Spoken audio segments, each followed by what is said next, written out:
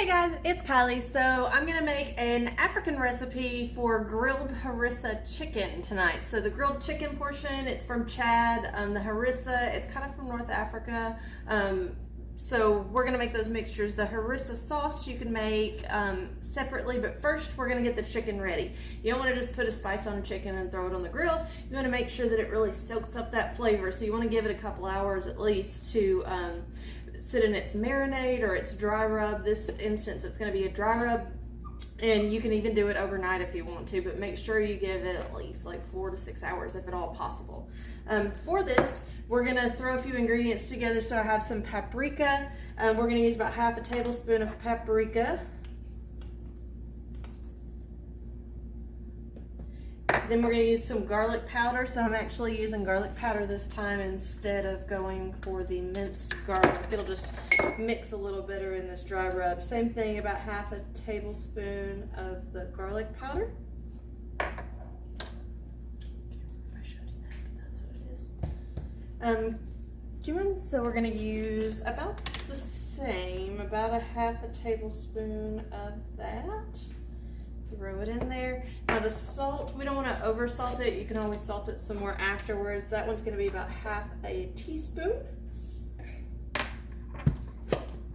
Next we're going to use some cinnamon. I got some ground cinnamon here. Take a little. It smells so good. That one will be about a quarter of a teaspoon. A little too much there. And then the same with pepper, about a quarter of a teaspoon of pepper. So you just want to mix those dry rub ingredients up really good, and then we're just gonna rub it all over the chicken. So I've got 2 pretty large chicken breasts that I'm gonna make tonight. So we'll just put that on there, let it sit in a Ziploc bag in the refrigerator, and we'll come back and we will make the sauce. Okay, so next we're going to make the harissa sauce. So I've got some ingredients laid up here. I'm not going to do the mixing, I don't think, while, yeah, it's pretty loud, so I don't think I'm going to do that. But I do have an emulsion blender. If you don't have that, you can use some other blender, whatever you got, food processor, all that works.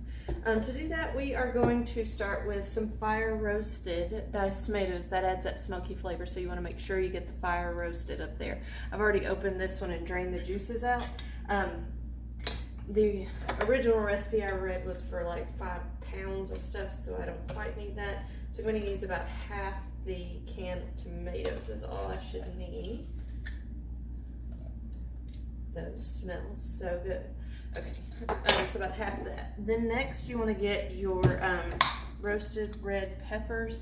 I've got these as strips already because that's usually what I use. I put these on all the salads that we eat. Oh my god, the mixture of ranch and these and cheddar cheese together, so delicious. So you want about the same amount of roasted red peppers as you have of tomatoes in there, and you don't want to pour the juices in, so it would be a couple of these strips, but just what you think comes out to about the same amount. Now, so I can get it down at the bottom so it gets really good and blended, I have a jalapeno pepper that I sliced up. Still need just a couple more.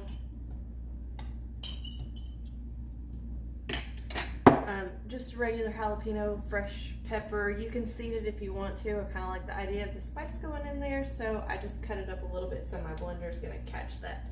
You do want some minced garlic, of course, so about 3 cloves of that is what we're going to add. Or maybe a little more because Kylie loves garlic, but you should add about 3 cloves unless you love it too. You can add a habanero pepper. Ooh, they're spicy. Or I have a habanero hot sauce right here that I'm going to add just a little bit of, but you would be fine with a habanero pepper.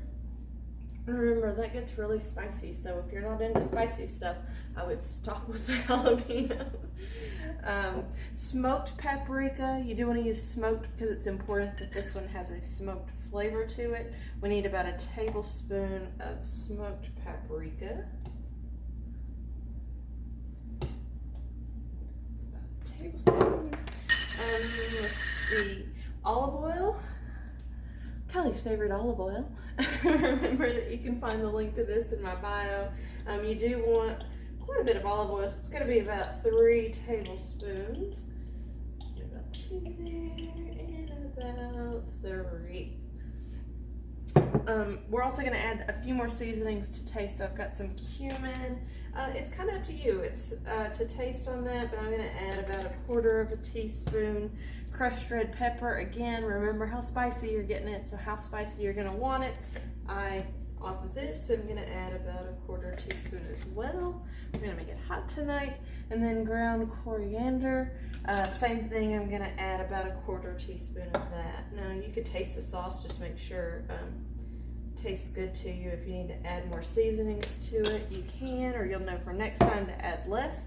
So we're going to blend that with our emulsion blender. That's all the ingredients that go into this, so then it'll be ready to go so that you can baste it on your chicken and serve it as a side with it as well.